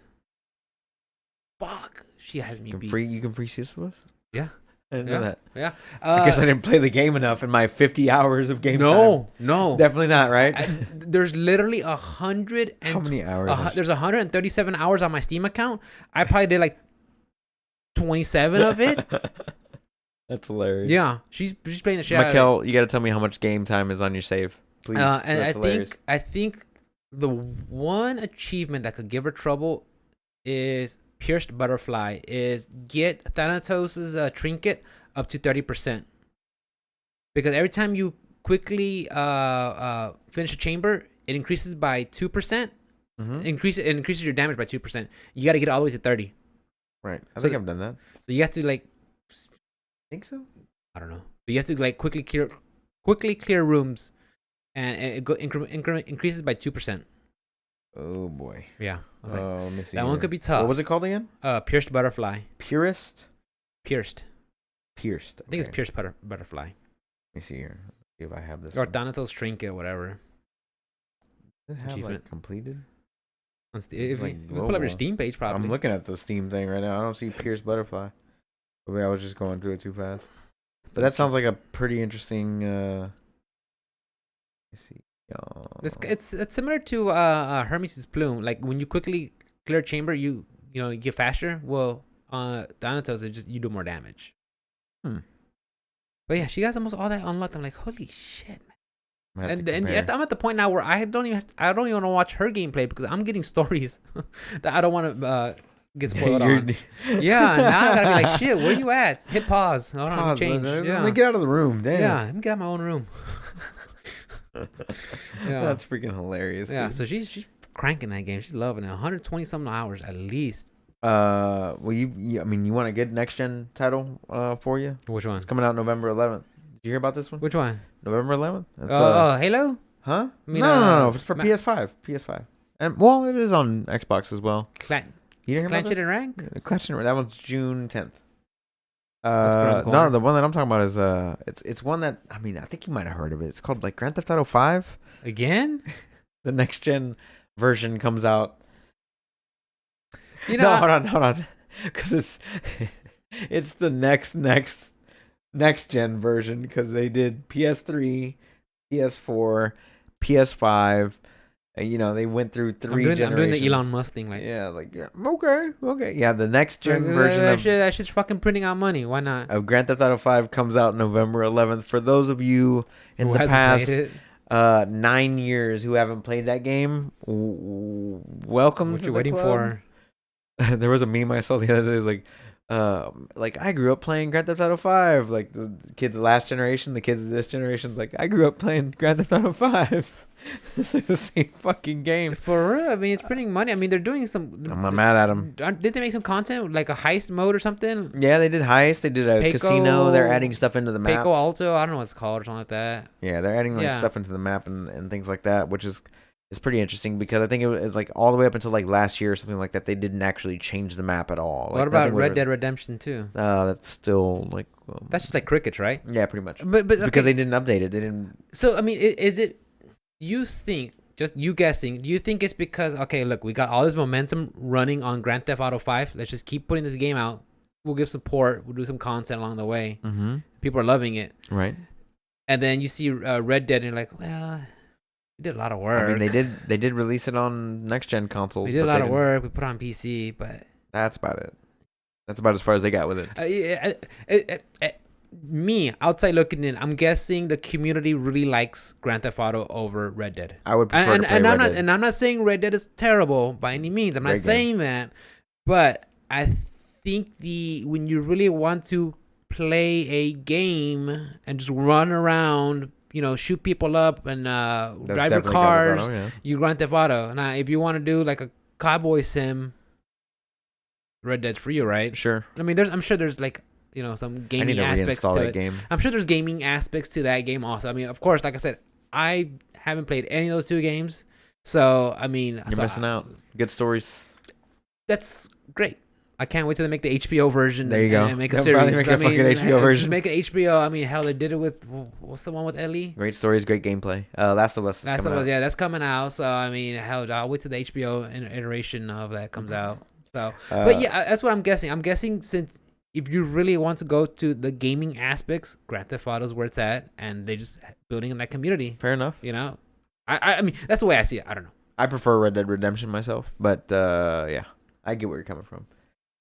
Speaking of Last of Us, since you brought it up, the PS5 patch is out or coming out. I don't recall. I know it was on Reddit news. People were talking about it. Yeah, that's pretty cool. But yeah, so 60 you can play at FPS? 60 FPS at 4K now on Yay. Last of Us. So there we go. Free upgrade for those who have the game. Does it matter you have digital or physical? No. Okay. It doesn't. The couple last things that I had was last year EA bought Codemasters. I think we talked about it. Yeah. Right. Well, now F1 2021, the Formula One.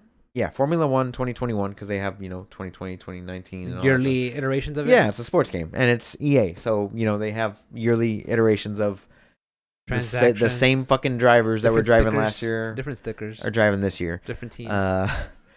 So okay. Do they have like a career mode, like a campaign mode, Yeah. kind of like Madden, where you start off as a promising rookie and work your way up? exactly like that. Okay. It's exactly that. But of course, EA didn't buy Codemasters until last year, so now this is the first game coming out through EA Codemasters. And the price got fucking what they did was they cut regional pricing. So that means that the price is the same across the board. Where some game companies will region price. So I heard about that. like India will be a certain price, and Japan will be a certain price, and United States will be a certain price according to their dollar or whatever it is, their money, their currency or Mhm. whatever.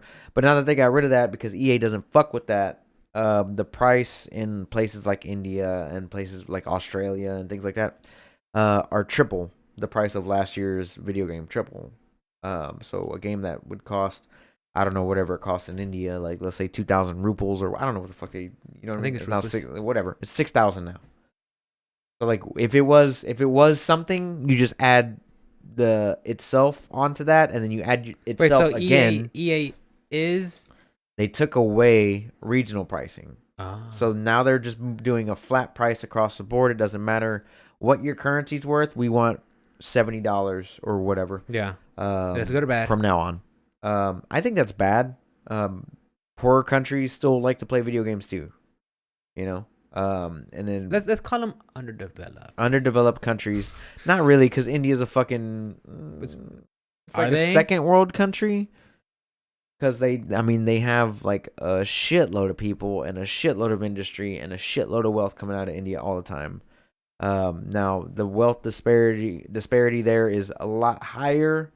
But I mean, it's the same thing here. Let's be real. I don't know. I think honestly, you're gonna need a degree in social ecology, economy, because I mean, I think just the capita per person and the income. There's a lot more people. And GPD and all that stuff. I think GDP. I think we can ignorantly say something, but that's gonna be that. I really don't know how that compares. I still think it sucks for underdeveloped countries, but like still the same thing. Like I don't think that.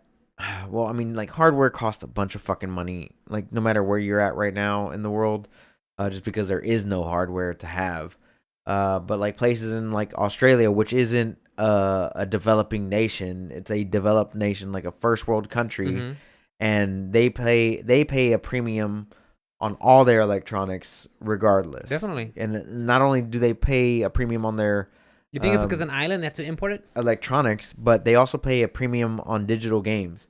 So a game that costs, I don't know, $60 here is like 85 in Australia. I know. Definitely, there's a podcast I listen to. And it's a pair of Canadian guys, and they talk about PlayStation 5 games cost $100.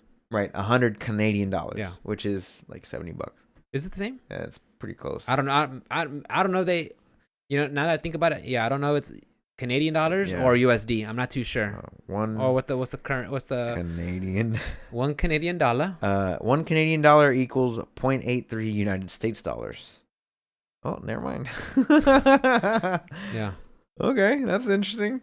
So yeah, I'm not too sure how that pricing works, but I did remember seeing a story, guys, and I'm sorry I don't got all the full details, but I remember seeing like some places were using VPNs to buy different games for different prices because of that. Because some games, like hey, if I have a US address, I could buy it with this price. But if I actually lived in overseas, I would be paying twice as much or 30% more. I was like, wow, that's so interesting. I mean, of course, there has to be economic laws and reasons why it's that way. Right. That's me outside looking in, just throwing my hat in there.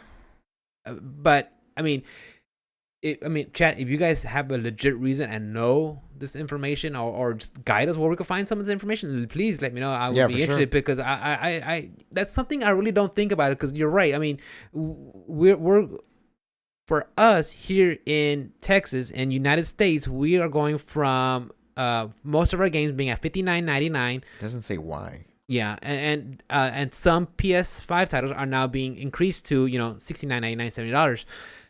That's something that we can wrap our heads around. $10 increase, new gen, new bigger teams, bigger companies, new technology. Okay, we understand that, but how does it scale to around the world to someone like in India, to someone in Japan, someone in Australia, or just how does that is actually a good subject in research.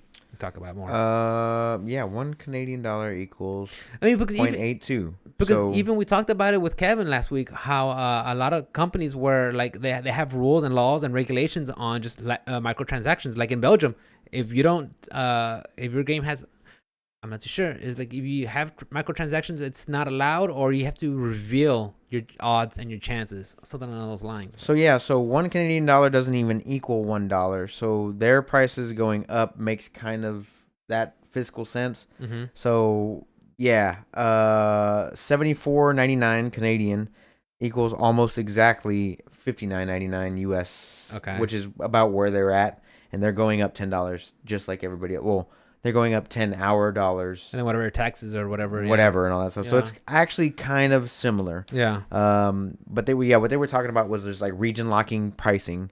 A lot of companies do region lock prices where a game only costs a certain amount of money because that's what they can afford, to pay for. But I mean, if you're playing on a, PlayStation 5 or something in India or wherever. I also think too it depends on what kind of game it is, because FIFA, soccer, football is a worldwide sport. Right. So I think you can justify going on a different price because you can sell that product. I don't know. I could be wrong. But, compared to like, I don't know. You know what the best price for that shit is? What? Though? Fucking free, dude. Fucking free. You want to know what was free this week? Was free? NBA 2K21 on Epic Game Store. For free.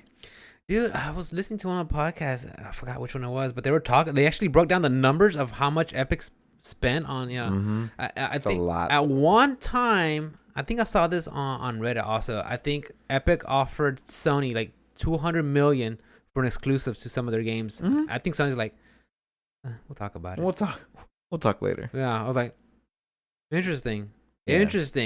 I'm curious because honestly, to me, like I want to know where Bloodborne goes. If I find out it gets a PC port and it's actually like pretty good, just like 60 FPS is all I want from that game. Give me 60.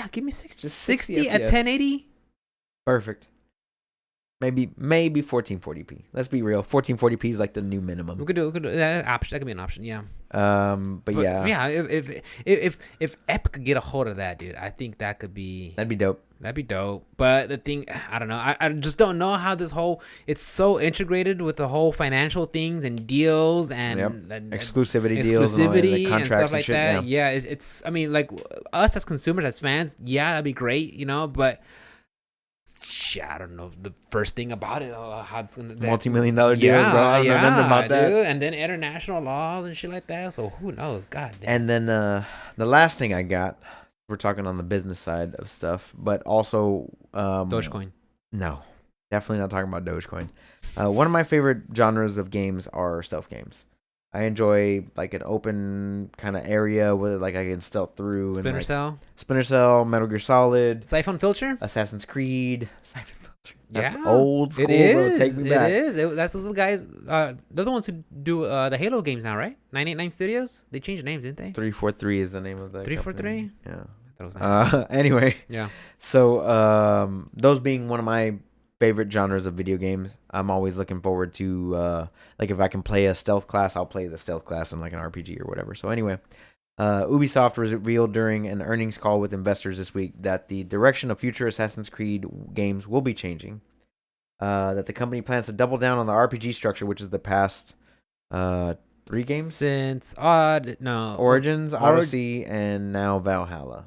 Origins was the first one, right? Correct. They took place in Egypt. Correct. Yeah, and that was kind of like a cultural shift in the games, in the series, right? Right.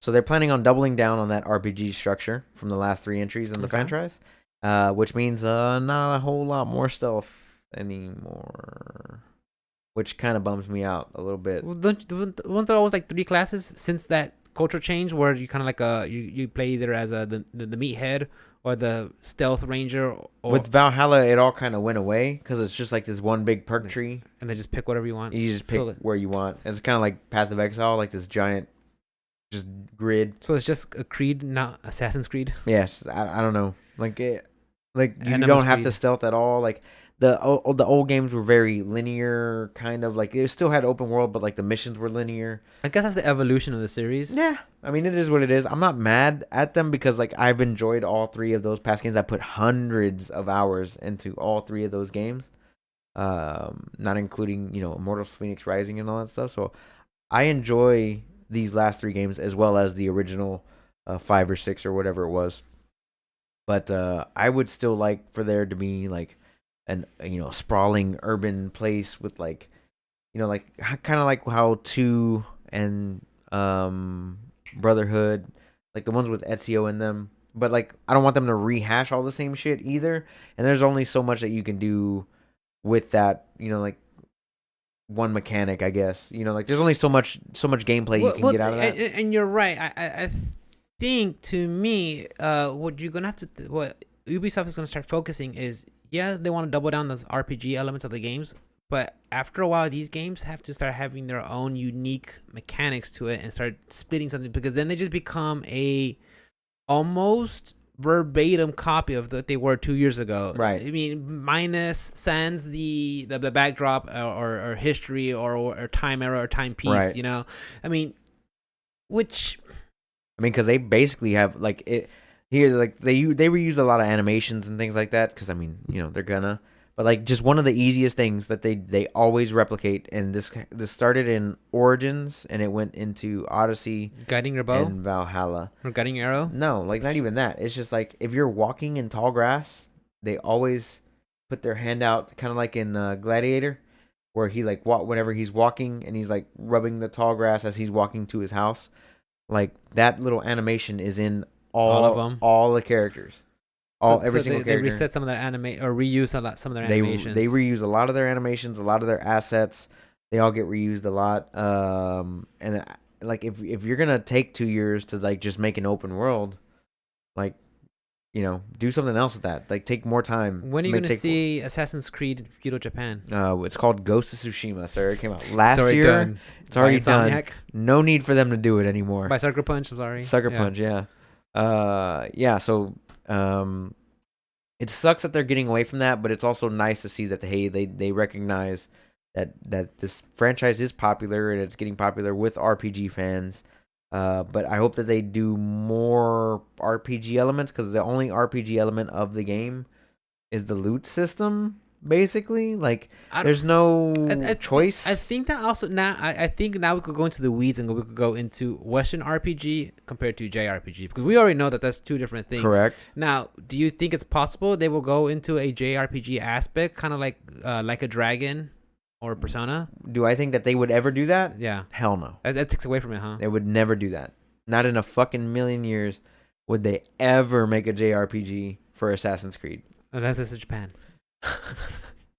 Then it would actually be a Japanese role-playing game. They have to do it that way. Oh. No, you're probably right. So it's Ghost of Tsushima, a JRPG. You find them and then they break scene, then enter your commands. It is an action role-playing game, so an ARPG for sure. But like I said, there's no... I mean, you have a dialogue tree, but no matter what, you're going to get to the same spot no matter what. So it's not like Witcher or, you know... I don't know, fucking like Mass Effect or Oblivion or anything like that. Like, you're gonna get to the same result. So more of an action RPG than anything else to me. But yeah, like I said, it sucks that they're getting away from what got them to the dance, but also exciting. They have to change changes. You have to make changes, because if not, you become the same thing you were 2 years ago. Right, which is what Call of Duty's been doing, or they have. Madden I don't understand the appeal of it anymore, of the Call of Duties. Like when I was younger, like I liked looking into like, you know, what's going on with this next one, right? You know, especially since they're kind of like changed from 3 different studios. I liked it. You know, if I did play any, it'd be what's the one that does the Modern Warfare one? Infinity Ward. Like I like that one for sure, because Modern Warfare 3 was the one that really brought me into the franchise. Okay. And then after that, it was kind of like, I don't know. I just kind of tapered off. You know, like I played the Black Ops one because I wanted to try out the BR. It wasn't for me. And then when the latest Modern Warfare came out, right? That it being from Infinity Ward, you know, okay, that was really good. I like that one, you know, but like I just don't see the appeal of what. I mean, it's obviously working. Because how many times do we see the MPDs and it's top charts? You know, topping off the charts, or end of the year game sales. I mean, it's always up there. I mean, so they're obviously doing something wrong. But I think they're gonna start getting I'm pretty sure they're gonna start getting diminishing returns and just maybe like exhaustion from that franchise. That's just me personally. That's what I'm thinking. I could be totally wrong. I don't know if they'll get diminishing returns, because if they are gonna get that should have happened by now. I think. You know, like I think that how many games are we in? Call of Duty 2. 3, 4, 5. I think it has happened, but I think they've kind of answered that. I think they answered it by adding BR to it. I think that was their answer to the diminishing returns, because I think after the one was the World War II one or something like that. Oh yeah. You know, with the boots on the ground and everything. Boots on the ground. The story's gonna be great, and then the next thing you know, that really just didn't do that all great. So they come back with Black Ops 4, and they go into Black Ops. Yeah, it was 3, Black Ops 4. Yeah, it was Black Ops 4 because at that one they had no campaign. It was all multiplayer and BR. And I think that was their answer to people getting fatigued on the series, adding that gameplay, that genre, because it was very big then. It's still big now. But I think BR might be on the. I think it might be on the cusp of just kind of like on the decline to me. So I don't know. Oh, okay. All right, I got what you're saying. I think more. I think that was the answer to the diminishing returns. It was let's add. Tell you who's hitting them diminishing returns is fucking WoW, bro. I saw. Oh god, I saved the Reddit post, but I saw it somewhere. I forgot who it was. They said, I could be wrong, but they just said 93% of the player base from Outriders on Steam has dropped off. Outriders? Yeah. Outriders. Yeah. Oh, I was talking about WoW. But I'm just talking about diminishing returns. But I was just like, I saw that. I mean, if they're not adding anything to the game, there's no really reason. Yeah. So I was like, fuck. It comes to that point where you got to start having. Again, guys, I don't have a dog in the fucking race. I see hits 3.5 million players. Next major franchise, Square Enix sees Outriders as next major franchise as it hits 3.5 million players. Doesn't? Okay. Well, that was yesterday. Okay, I could be wrong. I swear I saw a post that said something drops 93% player base on Steam. I have to look it up.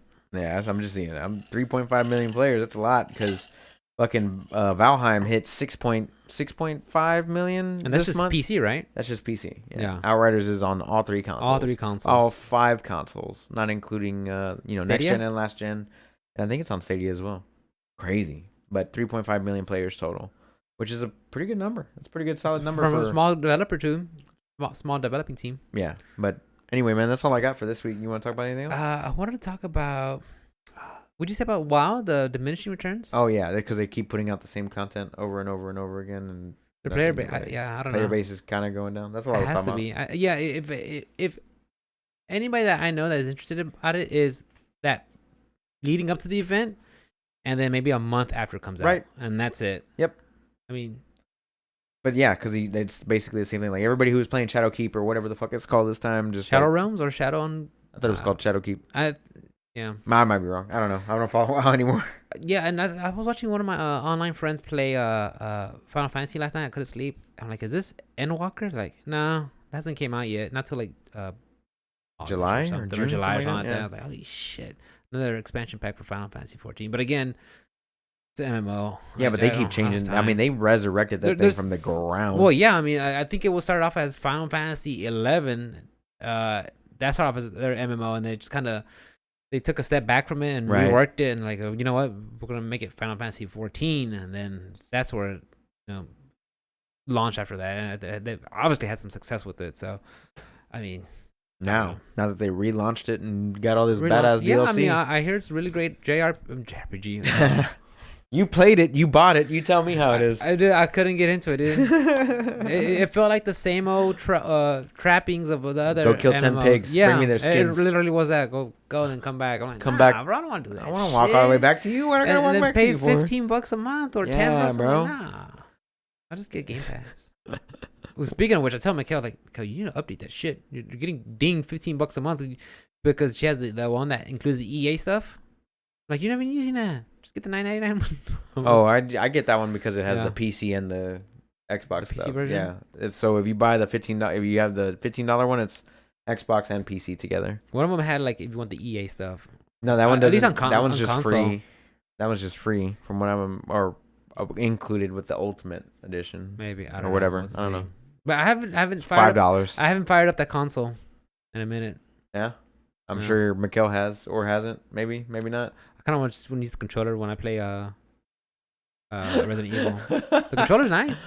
Oh yeah, it's a nice controller. They made it a little bit smaller and a little bit more clickier. I like that controller. And going back to the controllers, the PS5, the DualSense 5, like when I was playing Demon Souls, at no point was I like that didn't cross my mind. Like it felt like it was a part of my hand. Like even though it does feel bigger Mm-hmm. compared to like other controllers, especially the DualShock 5. Yeah. Even though it does feel bigger in your hands, it's not DualShock- over. It's not DualShock 4. the DualShock 4. Yeah. Yeah. Sorry, I said 5. Compared to that, like even though it is bigger, it's not something that takes me out of my gameplay. Right. You know, it still feels good. I'm playing Demon Souls. Everything feels within reach and good. Yeah. So like I was pleasantly surprised with how it feels. I just have I'm one liking issue where my left hand wants to angle out. That's the only problem I have. So like this hand will hold on to the controller correctly, but my left hand wants to. It's my problem. It's not a problem with the controller design or anything like that. My left hand just wants to angle away from it. So I wanna hold it offset, which is why my hand does this. The only thing that's weird, especially with Demon Souls and other Souls games that I played, is like, you know how the left trigger is the left stick is the movement, and a lot of times the D-pad left or right is like to cycle through your items. Correct. It's so hard when you're like running from a boss. You're like, oh shit, let me get I need this heal pot, or I need this special item to enhance my way. Like shit, or you're trying to cycle through your spells, like. So you can't move and. Yeah, so a lot of times like I'm moving and I use this other hand just to like. Yeah. Side scroll. Yeah. Why wouldn't you? I mean, but I don't think that's the proper the ergonomically how it's supposed to be, because like if you're running running for your fucking life from a boss, you can't really take your thumb off, cycle through a I mean, spell. I do that shit all the time on the Xbox controller though. At the same time, You're actually moving? Because like if I'm moving and I don't need to look anywhere, You use your other hand. I'll use the other hand. Okay, I mean, because I can't hit you can't hit anything else. But it also comes to the issue of managing your camera too. Because sometimes these bosses, especially Flame Lurker, I mean, his motherfucker is just chest pounding and bouncing around the place and coming in with a stomp. So and there's columns throughout the stage, so you kind of have to be able to move, cycle, like you want to change the spell or to like one of your healing grasses. But then at the times, like since my hand's focusing on changing that, like I lose control of the camera. So like it's risky to take, baby. It really is. Risky to take. There's some times where I'm like, I wish there was like. The back buttons. Yeah, back button or something. Well, just now, to cycle. Now that you said that, they're going to put them out. They already put them out for the DualShock 4? They did that. Yeah, they did it with the little peripheral you could just attach to the bottom of it, right? They haven't done anything with the PS. The DualShock 5 or DualSense 5. DualSense 5. They haven't done that yet. I'm surprised they haven't done that yet. I'm surprised that fucking Astro or Razer or whoever the fuck hasn't put out one of them. I did see those new colors that you guys were talking about, the red one. My buddy, and the double black one. I might get the double black one. I like the or red. I'll buy one. I'll buy the red one from Mikhail, and I'll just take the white one. I don't know. My buddy actually works for a gaming controller company in Dallas, Texas. Nice. I forget the name, but it's like the number 2 rival to Scuff, because I haven't talked to him in quite a while. But he said they like this was back when the PS5 first came out. Whenever I first got mine, November. Yeah, it's like November, December is like the last time I talked to him. But he says that they were working on their 5 like custom Scuff controller or whatever. And I haven't gone back to the website since, but I'm gonna have to go back and check it out or ask him what it was. If they could do like you know, cool colors and shit, that'd be awesome. Yeah, that'd be dope. Yeah. Because like the white's nice and all, but I kind of want something different. But white's nice. White's nice, but I want the black controller. It's just boring. That's what it is. I'm gonna just take the panels off and paint my PS5 eventually. Same thing with the fucking Series S. Eventually, just get them custom dipped out. But anyway, maybe. Yeah. Well, yeah. The thing is, I literally keep Mikhail's PS5 like behind my PC. So, yeah. You mean yeah. I said it was y'all's. Mikhail's. I said it was y'all's, but all of a sudden now it's Mikhail's. It's always been Mikhail. Mikhail's. Take your PS5 back. Tell him to go fuck himself. Yeah, I don't want it. Tell him he can't play Demon Souls. I just want to play Guilty Gear. Tell him he can't play Guilty Gear on your PS5 anymore. I just want to play Guilty Gears. You know how big that beta was? How big? 5 gigs. That's it? Yeah. It's a PS4 game, though. Anime games are usually a lot smaller compared to, like, I guess full-on 3D games. Yeah. Tekken's pretty big. Street Fighter's pretty big. MBCI was pretty big. But, like, Unist... Unist uses sprites, so it's really small. Yeah, it was only, like, 9 gigs? Like, less than that, maybe? I think it's less than that, yeah. Dragon Ball is pretty small. Even though it's using the Unreal Engine, it's still, like... It doesn't take up that much space. Right. So I don't know. Maybe Arc System, they just really know how to compress their data or whatever. I don't know. But it is also a PS4 game. Yeah. That might also have a little bit, because they don't have to input anything past 1440p. I wonder if I download Street Fighter 5 on the PlayStation 5, how much space that would take. Probably like 25 gigs. I think right now it's like 50. Is it that much now? Jesus Christ. At least 70. Fuck that. It's huge. It's a big lot. game. Yeah. So I think I'm done. All right, where can we find you, Rick? Down here, always _ Rick with a 1. I love streaming Monday, Tuesday, and Thursday. Tomorrow, guys, I'm gonna have the boys come over. We're actually gonna play Street Fighter 5. Oh shit! I know I said I wasn't gonna play he's it, not going back to it. but He said it. I get to play offline with my friends, and that's where it's at. Which boys? I think got a hold of Johnny and Dirk. I'm trying to get a hold of Petey too. So we'll see. Nice. So, cause like I said, I know some Shouts changes out to came the out. boys. Some update came out to the game. So I'm excited. Like, it was funny. It was funny. Poor Johnny. He's like, Jerry, like 4 or 5 times. No, just completely passed over on buffs. Yep. Nothing. And I'm like, oh, as an Akali player, first time, huh? First time, huh? Completely looked over, huh? Yeah. Come on over. I'll show you. I'll show you how it feels. Oh, man. Have you actually watched that movie where that meme comes from? Isn't it Pirates of the Caribbean? No. That's what I thought it was coming from. No, it comes from fucking a Coen Brothers movie that came out on Netflix. I forget the name of it, but it was really good. It was like 6 different stories that were all fucked up that they told that they were telling. It was pretty jacked up. Is that the one where they can't make fun of Vietnam? I mean, North Korea? No. They hate us because they ain't us? No. Seth Rogen and Definitely James not Franco. that. No. He has Eminem on there. No. I have to He's look like, it he up. just broke the news that he's gay. Like, yeah, I've been leaving little breadcrumbs. I've been leaving little breadcrumbs. through my lyrics. They hate us because they ain't us. But yeah, you guys can catch me there on Twitch, Twitter, all that good stuff. I'm gonna be streaming. I love streaming. It's awesome. You finish Resident Evil 8 this week. Yeah, right? I'm gonna finish Resident Evil 8. There you go. Literally at the boss's door. And Boom. I suggest, honestly, guys, yeah, I've probably heard me say this a million times, but if you are like me, that have been out of the loop of Resident Evil and you want to get back in, 7 and 8 is a good jumping spot. And take my word for it. And I'm thoroughly enjoying the series. I think it's great, and you guys should give it a chance. And I am done. All right, guys, you can catch me on all things social media at OS_onslaught. Hopefully tomorrow I'll be able to stream a little bit on the raid for Vault of Glass for Destiny 2. Should put in. Maybe a little bit of a Returnal for like 3 hours, because that's how long it fucking takes. There is no little bit. There's no little bit of fucking there's Returnal. no little, I'm probably going to end up picking up Mass Effect or something else. Oh, I got to do Resident Evil 7 as well. And Bloodborne at some point. I've got a lot of things cooking, a lot of irons in the stove or whatever you want to call it. the fire. In the fire. So check me out on all things social media there. If you want to hit up the podcast, it's optionselectpodcast@gmail.com on our email, and on all things social media at optionselectpodcast. As always, guys, we love you. We appreciate you. We'll look forward to see you guys next week when we're at Rick's house. Next week. Talking all the shits that we can possibly talk. We'll scrounge up the Reddits. We love you guys. We'll see you next week. Peace out, guys. Peace. See ya. Don't edit this out.